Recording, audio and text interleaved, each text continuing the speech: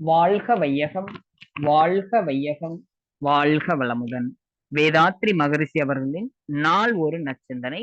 நாள் மே 19. தலைப்பு நல் வாழ்விற்கான வழி.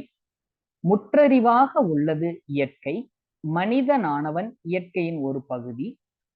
அறிவிலிருந்து முற்றறிவை நோக்கி உயர்ந்து கொண்டே இருக்கும் ஒரு தத்துவம்தான் மனிதன். ஒவ்வொரு நாளும், ஒவ்வொரு மணியும், ஒவ்வொரு நிமிடமும் இயற்கையானது மனிதனுக்கு அறிவின் பெருக்கத்துக்குரிய பாடங்களை தந்து கொண்டே இருக்கிறது.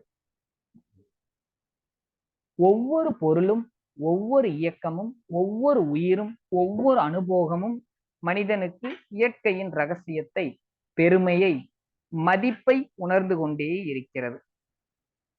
இந்த பாடங்களை உற்று நோக்கி மதித்து பின்பற்றி வாழும் மனிதன் அவன் பிறவி நோக்கமாகிய முற்றறிவின் விரிவை நோக்கி உயர்ந்தும் சிறந்தும் விளங்கிக் கொண்டே இருக்கிறான். வாழ்வில் அவனுக்கு இனிமை, நிறைவு, மகிழ்ச்சி, அமைதி இவையெல்லாம் அமைகின்றன. இயற்கை தரும் பாடங்களை அலட்சியப்படுத்துபவனோ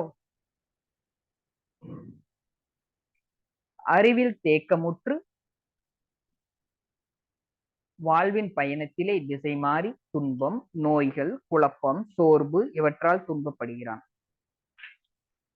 வாழ்வின் நோக்கம் என்னவென்று என்பதை மனிதன் அறிந்து கொள்ள வேண்டும். அந்த நோக்கத்திற்கு முரண்படாத நெறி நின்று வாழ வேண்டும்.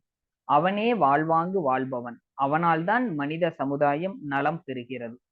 மனித சமுதாயத்தால் அவன் போற்றப்படுகிறான். வாழ்வாங்கு வாழும் நெறியை விஞ்ஞான ரீதியாக விளக்கி நல்வாழ்வு பெற உதவும் கலைதான் மனவளக்கலை. வாழ்க வளமுடன்.